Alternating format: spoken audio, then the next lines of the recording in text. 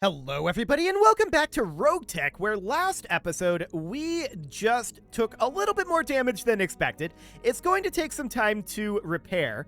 Also, speaking of repair, I'm currently on my new mouse. My old mouse was giving out on me and I ordered a new one, and the new one has finally come in. It took a long time to ship, but that's neither here nor there. So I'm getting used to the new mouse and things might be a little less precise than normal. We'll see how long that takes to get used to it. Of course, we're going to need to tick on forward here for a while, and we're probably going to need to take this financial report. Yes, we are. We're definitely going to have to take the financial report. This is fine. We'll go up to extravagant, which was, of course, the plan for last month, but it just kind of didn't happen. That's probably not a terrible thing, considering how much damage we took in that last engagement, but that's fine. I mean, with regard to the amount of damage we took, they were just shooting really, really well, right? Their target selection wasn't on point, and they could have done a lot more damage if they had had good target selection. Luckily for us, they did not. So that's everything done there. Brick is still unavailable, as is Savarok. So we are down one mech warrior right now. We're probably going to have to tick forward 5 more days or hire another substitute. I suppose we could. We could just hire Squire here. Sure, having another backup mech warrior is not necessarily a bad thing, and at least he'll sit in the simulator. We should have done that before ticking forward, but here we are. So, for Coach, we can definitely grab a point of gunnery. That'll be fine. For Gorgon, this is all reasonably fine. Yeah, for GV, this is a point of tactics. For Hard Case, a point of guts sounds very good. For Jammer, a point of gunnery? Or a point of piloting. Being able to move further, actually 2 points of piloting, would be really good. We know that that Devastator is very powerful, but its armor is not the strongest in the world, so getting more evasive is probably very good for it. For Romeo, a point of tactics sounds good. For Squire, a point of gunnery, and then a point of tactics as a very generic backup pilot. And then Weaselcake, a point of guts is okay. So that'll be fine. We can now hop into the command center. We are ready to deploy. And the question is, where are we going to deploy? Well,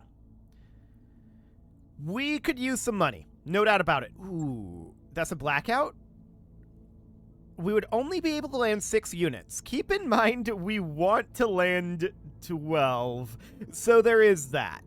We would only be able to land half of our force. And we'd be tonnage restricted as well. So, arguably, maybe this battle only have time to load 6 units. Okay, never mind. Maybe just something very quick and easy. A capture base here. Local government forces. That does seem pretty quick and easy. Checking our salvage here. No free salvage at all. So I think that we'll just sit here and we'll just make some money back. And hopefully this will be nice and easy. Right! The Bandersnatch and the Grasshopper are going to need repairs. I should have thought of that. I should have thought of that. Into the mech bay we go. And we're going to grab the Grasshopper here. We'll refit that. I don't think either of these, well, we're going to need to, yeah, those are quite a number of crits there. That's 2 days? Okay. Nothing significant there, though. We do need to mount on some new heat sinks and a new medium laser for the Bandersnatch. Yeah, right over here. So 3 heat sinks and an ER medium laser. Ideally, we'd like to go to a double heat sink kit. What do we have for double heat sinks right now? We have 7 of them. This would be a more extreme overhaul, but it would also give us quite a lot of tonnage to work with on the Bandersnatch. So if we were to do something like this, we would take all of the heat sinks out. We would put in a double heat sink kit. So we immediately get that, right? We need to have a minimum of 10 heat sinks here. Let's see. We have a cockpit voice available here, but we have a slick suite there. I think the cockpit voice is absolutely fine. Let's put in a double heatsink here. We might run into slot issues with this, to be clear. But we'll put in a couple of double heatsinks out over this way. And we'll have lots of tonnage for this. for sure. We can put a couple of double heat sinks in each arm as well, although we're now out of slots. So I think that this is not going to end up working unless we dropped the endosteel structure, which we could do. We now cannot put a medium laser in here. Okay, I'm going to back out of this, and we're going to discard those changes, and we are just going to repair the Bandersnatch as it was. I think that that's not really a viable option here, given the slot makeup at this moment. So that's reasonably fine. We're just going to put this back to where it was. So this was just a standard ER medium laser. Noted. So 25 damage, 15 heat.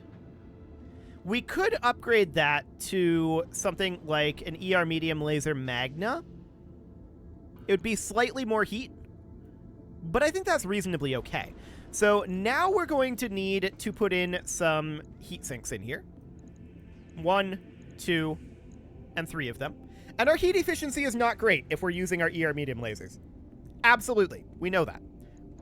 That's fine. They're mostly backup weapons. Right. I'll get it in the schedule. Okay, so that is going to be 2 days to get both of those fixed up. That's fine. We'll get them done. Job's done. And now we can hop into the command center and get this going. So I want this to be, we wanted to do, I believe, the capture base mission here, right? This urban capture base. Yes, this is the one that we were going to do. And everybody can get deployed now. That's perfect. And who do we have currently piloting the Epimetheus? That's Savarok. So we're going to have him hop out, and we're going to have Squire hop in. That'll be fine.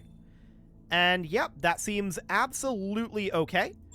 Darius did not say it's going to be hard. We actually don't expect it to be hard. This is only 3 skill difficulty, so we'll see how that ends up going. See you guys after the loading screen. Okay, so here we are all loaded up, and let's see what we've got here. This is a battle mech factory, so the OPFOR won't have had time to get any of the facility defenses online, so Darius thinks that there won't be turrets. So we're expecting them to have, like, turrets everywhere, right? That's absolutely the case. There's a lot of comm chatter, and let's move up and see what we're against, indeed. So first things first, we can see that we can, like, our designated spawn point is right down here. This is, I think, an observation point. That's the scout factory, and this is a support lance. Okay. So we can actually drop really, really close to this support lance. There's this electrical generator down over here, which is not necessarily great. But we'll spawn right here. We've got spawn protection on round 1, so that seems fine. Let's see what we've got. There's this guy out over here. It is awfully lively for an abandoned base. Okay, game is currently frozen. I'm not sure what it's doing. We cannot proceed at this moment. Okay, now we can. Reinforcements have been spotted, but I believe that's these guys. So what do they have here? We immediately see an archer, a plainsman, and this guy up over here. There might be someone in our mess of units, but that's a fleet. Okay. There is a 4th unit, I think, down over here. As soon as we can scroll, we'll find out. That's our jerry-rig demolisher. There should be a 4th unit around somewhere. We don't necessarily... Oh, wait, is this it? That's a Duster 2 AAT. Okay. That's a Gallo Glass. Spicy. And what do we got up over here? What does a Gallo Glass even have? I'm pretty sure that's a pretty big mech. We've got a Brutus up here, and we've got a Warrior. And this is our capture zone. Good to go. So our Bandersnatch probably wants to move up a little bit here. I'm going to position it about here. Going turbo. It's a long-range unit, so we want it to be firing out over this direction, up over here. Wow, I'm very not used to this mouse. Okay, this will take some getting used to. We'll get there. I just plugged it in like 10 minutes ago, so. The flea is heading off over this way. In fact, it's living up to its namesake and fleeing. We are going to move our MRM crossbow in, and I want to position it right up over here. We're just getting it into rear arc. We're not going to attack yet, obviously, and we're just going to brace it. Okay, next up would be our Black Knight. I'm going to move that up over here. Acknowledged. Looks good. And we'll brace that. Then our rifleman wants to move up and engage out over this direction, so we'll do exactly that. Okay, so they rolled pretty late in the move order, all things considered. Their plainsman is going to move now, and we'll see what it wants to do. Nothing at all. Yes, command. That's a bold strategy.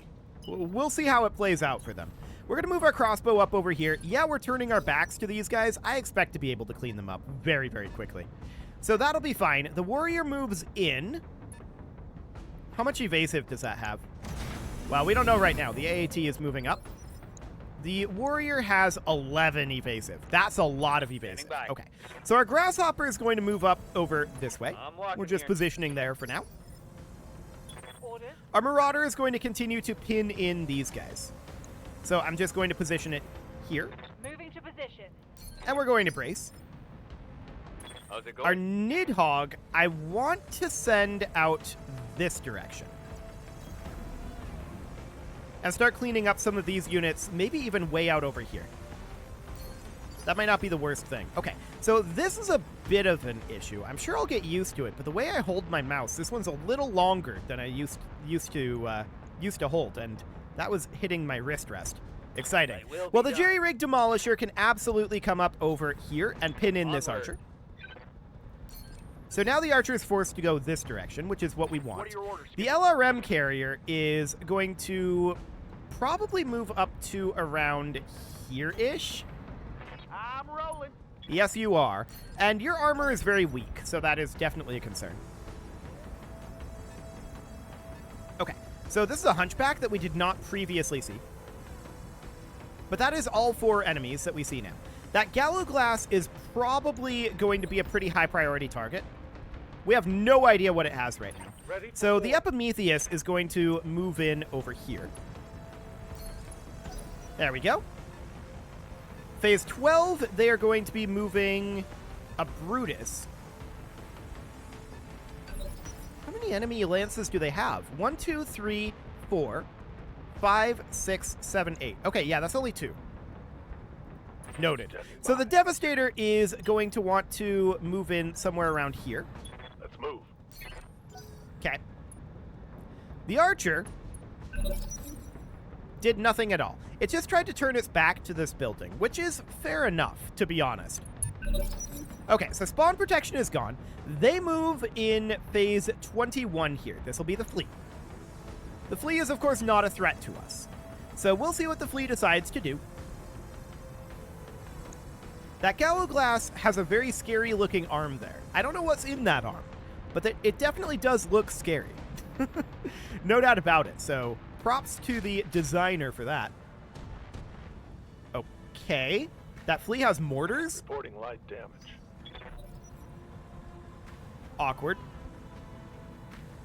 So phase 20, they have another mover. That's probably the helicopter, if I had to guess. Probably that warrior. Yep, here it comes. How much evasive does it have once it arrives here? Oh, it positions there. That's interesting for us. Okay, so it goes for the Bandersnatch, and it fires its bombs off. We're pretty clustered together here, so fair enough. The Bandersnatch is unsteady at this point. I want to grab this warrior. 14! Okay, that's a lot of evasive. That is frankly a crazy amount of evasive. We could head out over here and fire on this Hunchy. Alternatively, we could position here and be able to fire on almost anyone we want to. And that's what we're going to do. We're going to get rid of that lack of evasive. We could fire on this warrior. Hit odds are actually better than I would have expected. This Duster, on the other hand, we could do a lot of damage to. The Gallow Glass, what are our hit odds on that? It's not actually telling me. Okay, let's find out. 33? Okay, noted. We don't know what that thing has, so that is certainly problematic. I think the AAT is our best target here. I really do. I'm not going to fire this ER medium laser, but we'll hit it with the rest. Here we go. Structure exposure on the AAT, and we may have killed it there. We did. Beautiful. So that was a straight up one-shot. I love it. That is phenomenal. Next up is going to be our crossbow. Now, the crossbow has SAM missiles, as does the LRM carrier. So we could move the crossbow somewhere around here and fire on that warrior. And I kind of want to get the warrior out of our backline, even though it already, actually it still has more bombs. So we definitely do want to get the warrior out of here. The hit odds are really low though. It's going to be tough. We hit a few missiles there, but it wasn't a lot. Not shocked about that. So next up is a phase 17 mover. They've rolled much better in their movement this time. That'll be one of these two, and they're probably going to go for the Bandersnatch. The Hunchy? Okay. Getting the ankle on. Rear arc indirect attack on the Epimetheus. I'm okay with that. That seems reasonably fine. So next up is going to be our Rifleman. The Rifleman can position somewhere out here. I'd like to move it perhaps ahead of the Bandersnatch. We could position it here to fire on that Gallowglass and maybe get a good idea of what that Gallowglass is armed with. 5 energy weapons. Okay, that is noted. Acknowledge. Well, we hit him with 2 ERPPCs there, so we increased his ECM jamming. Fantastic. And next up is going to be our Crossbow X. The Crossbow X is in position to attack that Plainsman. Rear arc. Alternatively, we could move out and attack this warrior. The hit odds on it are probably terrible. What is that saying? 10.4? Yeah. That's about what I expected. We could side arc this archer or rear arc the Plainsman, and I think we're going to rear arc the Plainsman here. Structure exposure, and that should be a dead Plainsman. Phenomenal. There we go. Next up is the archer over here. We have a lot of units in position to attack that archer. So the Nidhogg I want to bring out over here. We do see a dropship inbound to this location. Okay, that's probably our evac, to be honest. And we could move the Nidhogg up and hit the front arc of this Gallowglass. And that's kind of what I want to do. We're going to move it right on in. And I'm going to fire the Daisy Cutter bomb, even though the hit odds here are very low. Minimum range? Oh, okay. Maybe we don't fire the Daisy Cutter, but we fire the heavy rocket launchers, and we just do something like this. So we're softening up the front arc of this Gallowglass, and that will make it a lot easier for our fire support to take it out. Roger. Indeed. So the Gallowglass is now in a lot more danger in terms of its armor. And then the Nidhogg can circle around and get in behind either the Flea or the Hunchback over here.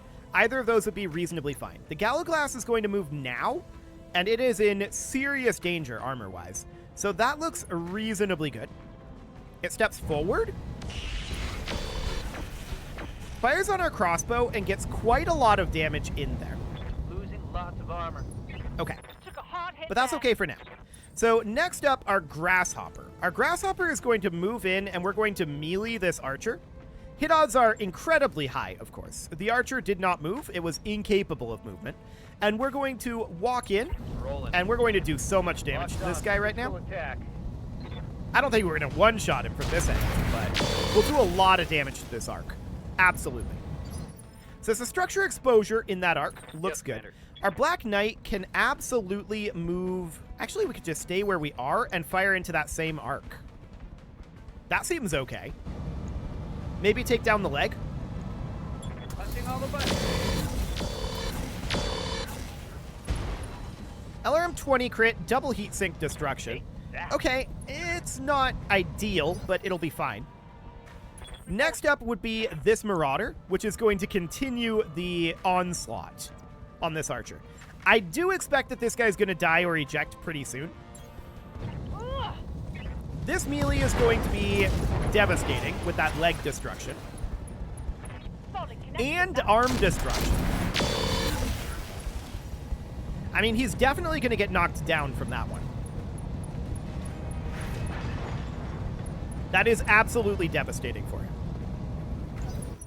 Okay, phase 11. So who moves next? It's going to be... Who does move in phase 11? The Brutus way out here? Yeah, that would be the only one that can move. Okay, so it'll be the Brutus now. What are you going to do? Okay. Rear arc attacking the Epimetheus. That's absolutely fine for the moment. No problem whatsoever there. All this smoke out here is, of course, problematic for us. Yep. Our LRM carrier, I want to move that perhaps back over this way, maybe slightly forward from there. Yes, about here. Ideal range on the Warrior. Move order. We're going to get it in a safer position, and we're going to fire in SAM mode on this Warrior. Hit odds are not phenomenal. With 14 evasive, it's going to be very difficult, especially firing from the smoke. But we're going to do what we can there. There we go.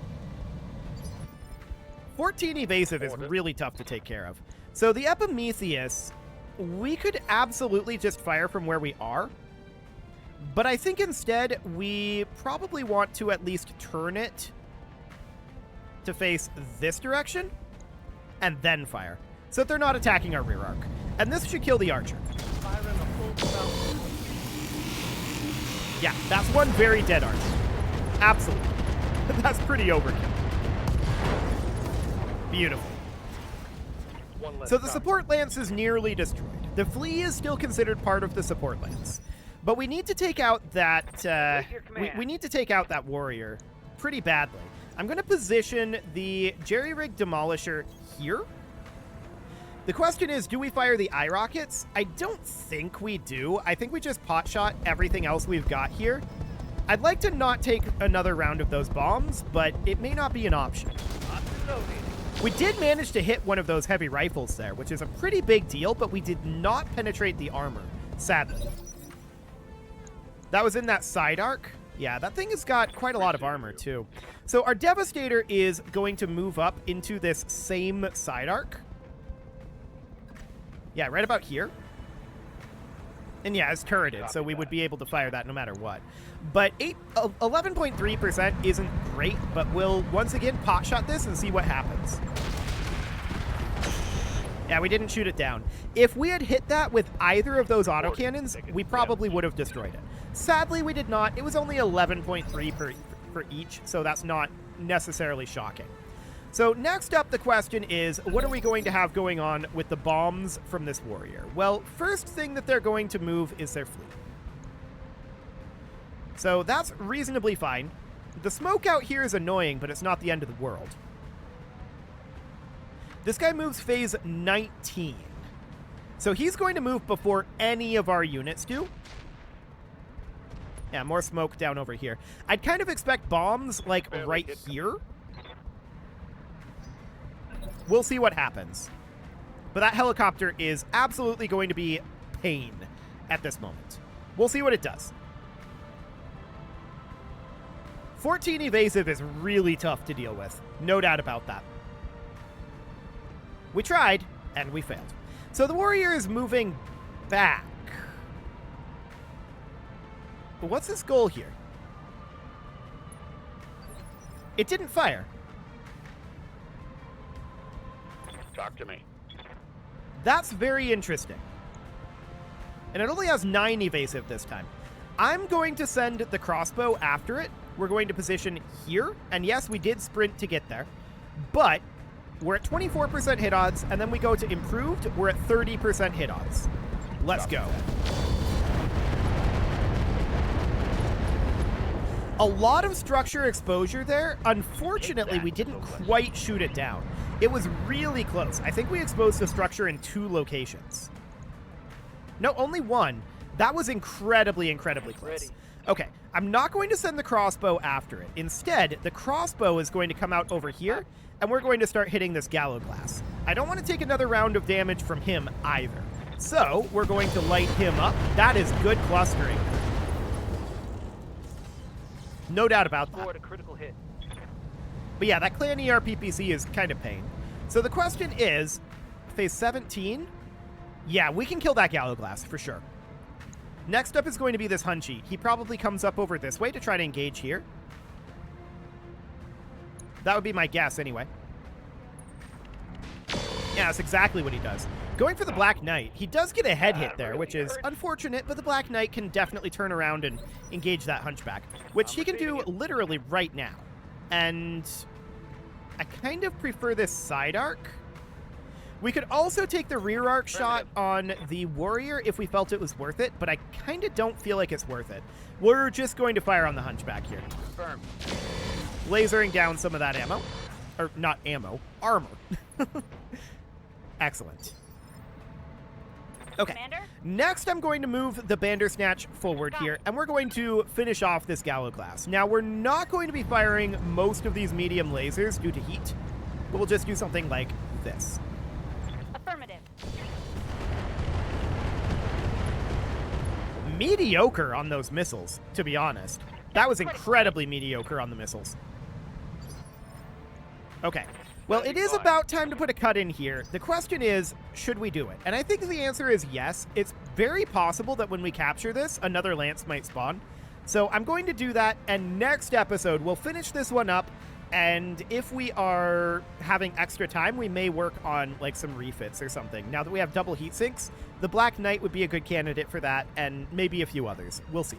You can leave your offerings to the engagement gods in the form of likes, comments, subscribes, and bell ringings, and a very special thank you to all of the channel members for making this video possible, including ALS Gamer, Shadow Wolf, Kentogan, Ali Lee, Upper Cumberland Gamers, Nick Smarty, Dimitri H, Punching the Microphone, Soccerman12 UK, and all the rest. And of course, you. Thank you for watching. If you'd like to support the channel, you can click the join button down below the video, and as always, I will see you all next time.